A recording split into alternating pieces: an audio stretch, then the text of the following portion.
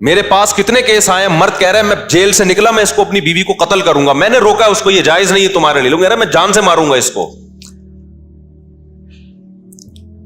تو مشرف صاحب نے کر دیا کام, نہ علماء سے پوچھا, نہ کیونکہ ضرورت نہیں ہے نا, کوئی 2-3 مولوی اپنی مرضی کے مل گئے ہوں گے, ٹپے شپے لگوا دیے ہوں گے, چلو جی اسلامی حساب سے کر دیا ہم نے. اس کے خلاف احتجاج کرو, ٹویٹر پہ احتجاج کرو, فیس بک پہ احتجاج. یہ تمہارا خاندانی نظام کی ایسی کی تیسی. اس کا رزلٹ عورت کے حق میں خطرناک نکلے گا. کیسے خطرناک نکلے گا؟ جب مرد کو پتا چلے گا نا کہ یار میں اگر اپنی بیگم, ابھی مرد کو پتا یہ میری ہے, میری مرضی کے بغیر جا نہیں سکتی. مرد جان نچھاور کرتا ہے, بھائی بیگم یہ سب تمہارا ہے. مرنے سے پہلے بیوی کے لیے گھر کا انتظام کر رہے ہوتے ہیں. لیکن جب مرد کو پتا چل گیا نا کہ طلاق کا حق اس کے پاس بھی ہے, وہ ہاتھ کھینچ لے گا اپنا.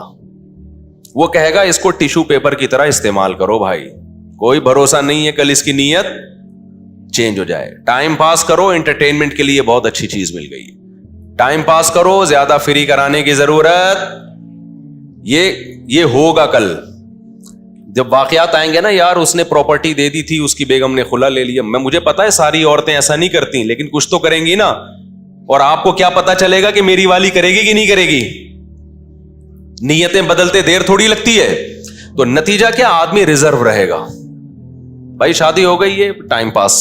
جیسے گرل فرینڈ کے ساتھ کیا ہوتا ہے, ٹائم پاس. پراپرٹیاں تھوڑی نام کرائی جاتی ہیں گرل فرینڈ کے, ایک آدھ چائے وائے کا کپ پلا دیا جاتا ہے. اب تو چائے اتنی مہنگی ہو گئی, اب گرل فرینڈ کو کوئی چائے پلانے کے لیے بھی تیار نہیں ہے. حقیقت ہے. اب گرل فرینڈ بولو چائے, آدھی چائے تو پیسے دے گی, آدھی یا تو تیرا باپ دے گا یا تو دے گی. تو مہنگائی اتنی بڑھ رہی ہے. تو اس کا نقصان ہوگا عورت کو. مرد شادیاں کرنا چھوڑیں گے, کریں گے تو وہ وفائیں بیگم کے ساتھ نہیں کریں گے. یہ جو اسلام نے مرد کو ڈیورس کا حق دے دیا نا, یہ بہت بڑا احسان عورت پہ کیا ہے. مرد کو احساس ہے یار جیسی ہے کس کی, میری, یہ میرے ہونے نے بہت زیادہ حقوق دلوا دیتے ہیں. خواتین مثالیں دیتی ہیں, وہ فلاں عورت پہ اتنا بڑا ظلم ہو گیا, فلاں پہ ظلم ہو گیا. اس کا بھائی وہ چند پہ ہوتا ہے, 100% تو دنیا میں کوئی بھی ٹھیک نہیں ہوتا. لیکن اس کا ایسا طریقہ اختیار کرنا کہ مرد وفا کرنا ہی چھوڑ دیں, اس سے تو سارا سسٹم کیا ہو جائے گا, تباہ. اور جب سارا سسٹم تباہ ہوگا پھر ہوگا کیا, جب مرد شادی کرنا چھوڑیں گے کہ یار وفا کرنا چھوڑیں گے, تو ادھر ادھر پھر عورتوں میں دل بہلائے گا آدمی. اور پھر بالآخر خاندانی نظام ایسے ہی تباہ ہوگا جیسے یورپ کا تباہ ہو گیا. اور اس کا سارا فائدہ کتے اٹھائیں گے. کیسے اٹھائیں گے؟ پھر میں بھی بڑھاپے میں کتے پالوں گا, آپ بھی بڑھاپے میں بولو نا کتے, کیونکہ بیگم تو چلی گئی خلا لے کے, بچے ہو نہیں رہے. تو تنہائی, وفا مارکیٹ سے کیا شارٹ. تو چند بڈھے بڈھی بچیں گے. جیسے انگریزوں میں بھی پارکوں میں کچھ بڈھا بڈھی بیٹھے ہوئے ہوتے ہیں جنہوں نے وفا کی ہوتی ہے. وفا بھی انہوں نے 50 سال کے بعد شروع کی ہوتی ہے, ذہن میں رکھنا.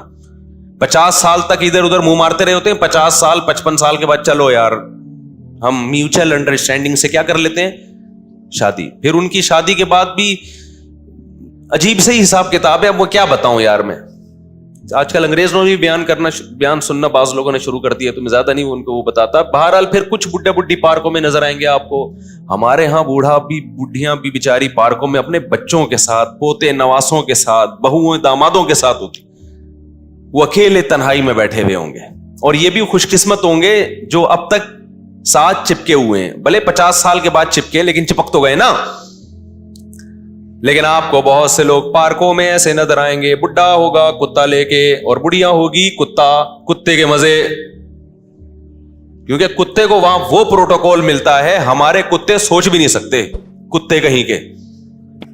حقیقت ہے جو پروٹوکول یورپ میں کتے کو ملا ہے نا, ہمارے یہاں وہ نہیں ملتا, وہ میاں کو نہیں ملتا وہ پروٹوکول. پھر بھی کتا بنا ہوا ہوتا, وہ کتا بنتا ہے کہ شاید مجھے وہ پروٹوکول مل جائے جو یورپ میں کتے کو ملتا ہے. تو یہ جو عدالتی خلا ہے نا, اس کا بالآخر فائدہ کس کو ہوگا؟ ملک کے کتوں کو فائدہ ہو. بڑھاپے میں ہم اچھے سے کتے سنبھالیں گے تنہائی دور کرنے کے لیے, عورتیں بھی اچھے سے کتے سنبھالیں گی. یہ جو پیارا سا نظام اللہ نے بنا کے دیا ہے, جس کو اسلام پروموٹ کرتا ہے, اس نظام کی ایسی کی بولو تیسی. اب جب تک یہ خلا کا قانون بدلتا نہیں ہے، ایک کام آپ لوگ کر لو، وہ کہہ کے پھر میں اصل ٹاپک کی طرف آتا ہوں. ایک کام کر لو، اس عورت سے نکاح کرو جو اسلام کو مانتی ہے. وہ کبھی عدالتی خلا پہ اعتماد نہیں کرے گی، وہ مفتی سے فتویٰ لے گی کہ یہ خلا ہوا بھی ہے کہ نہیں ہوا.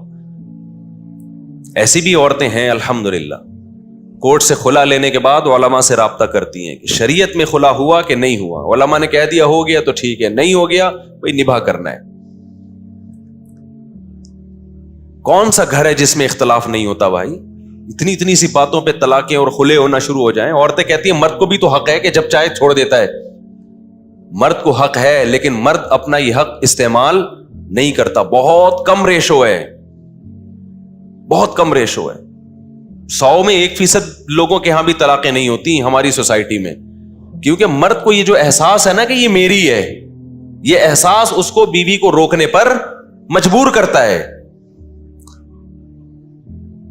یہ احساس مجبور کرتا ہے کہ بھئی میری فرما بردار بن کے رہے گی. میری چند بیسک چیزوں میں اطاعت تو ہر عورت کر رہی ہوتی ہے، جو بھی تھوڑی سی بھی جس میں غیرت ہے. باقی 100% تو بھائی دنیا میں کوئی ٹھیک نہیں ہوتا، کوئی ٹھیک نہیں ہوتا دنیا میں 100%.